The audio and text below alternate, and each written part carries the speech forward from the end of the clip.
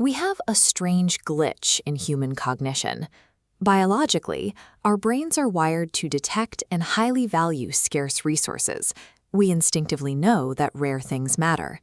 Yet, when it comes to the single most finite resource we possess, we actively wish for it to be infinite. Behavioral economists call this temporal scarcity.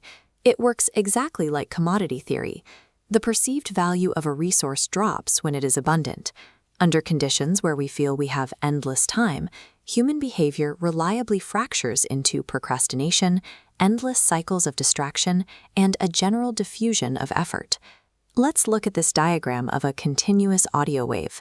Allowed to stretch outward forever without interruption, it produces a flat, undifferentiated hum. It only resolves into a recognizable melody when bounded by two hard vertical limits. Human existence requires the exact same structure to create a life narrative. By treating our biological deadline entirely as a threat to be managed, we generate chronic anxiety while completely missing the point. We are blinding ourselves to the structural utility of our own mortality. Most of us navigate life by throwing up psychological shields against the reality of an ending.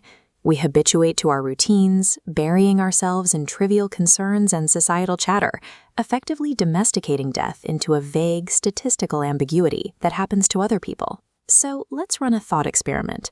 If the ticking clock causes our existential dread, what happens if we actually stop it? What happens if science cures death? Erasing the boundary of a lifespan removes the pressure to prioritize. Achieving an infinite existence might inadvertently destroy the exact psychological mechanism that forces us to care about anything at all. The philosopher Bernard Williams explored this exact scenario, proposing the concept of terminal boredom. His argument is that over an infinite timeline, a human being would eventually fulfill every possible deep project, relationship, and career path. With nothing left to desire, life exhausts itself. Without deadlines, the weight of our decisions evaporates.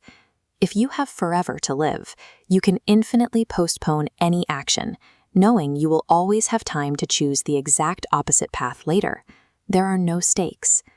Modern transhumanists strongly disagree. Researchers like Aubrey de Grey view aging purely as a biological disease to be cured.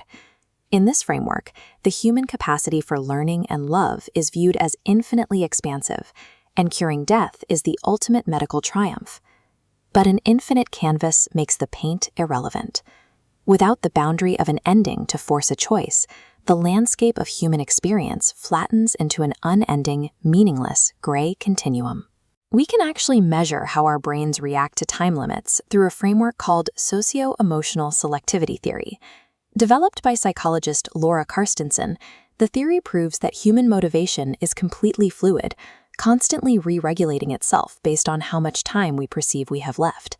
Watch this timeline of motivation. When your brain perceives time as open-ended, usually in youth, it prioritizes long-term investments. The data paths split outward into broad knowledge accumulation. You will willingly tolerate negative interactions or delay gratification today for a payoff decades down the line. But watch what happens when the timeline snaps to a firm endpoint. As the horizon shrinks, the brain triggers the positivity effect. It immediately abandons broad data gathering, prunes away superficial connections, and fiercely prioritizes deep, immediate emotional meaning in the present. This sudden shift is an incredibly sophisticated emotional regulation strategy. Time scarcity optimizes the brain for present well-being.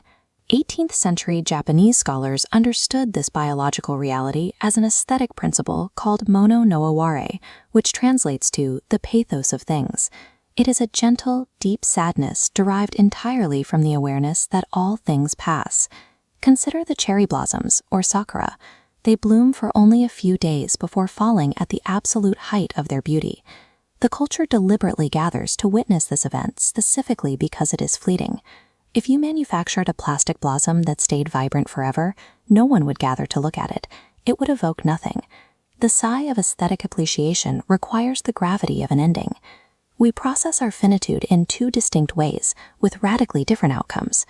Terror management theory shows that when mortality is triggered unconsciously, like catching a passing glimpse of a fatal accident, our brains activate primitive defenses. Under this unconscious anxiety, we retreat into survival mode. We become hostile to outsiders, double down on extreme in-group biases, and fiercely punish moral transgressors to regain a sense of control during a collective threat. But there is an alternative: death reflection. When we deliberately and consciously process our own finitude, the psychological outcome completely flips. Empirical studies confirm that consciously reflecting on how you wish to be remembered directly increases prosocial behavior. People show higher rates of volunteering, express deeper gratitude, and develop a stronger sense of global identity with humanity. Moving the reality of death out of the unconscious shadow and into the conscious light upgrades our behavioral operating system. We stop reacting with paranoid anxiety and start living with focused authenticity. Psychiatrist and Holocaust survivor Viktor Frankl observed that the responsibility of choice rests entirely on the fact that we have a time limit.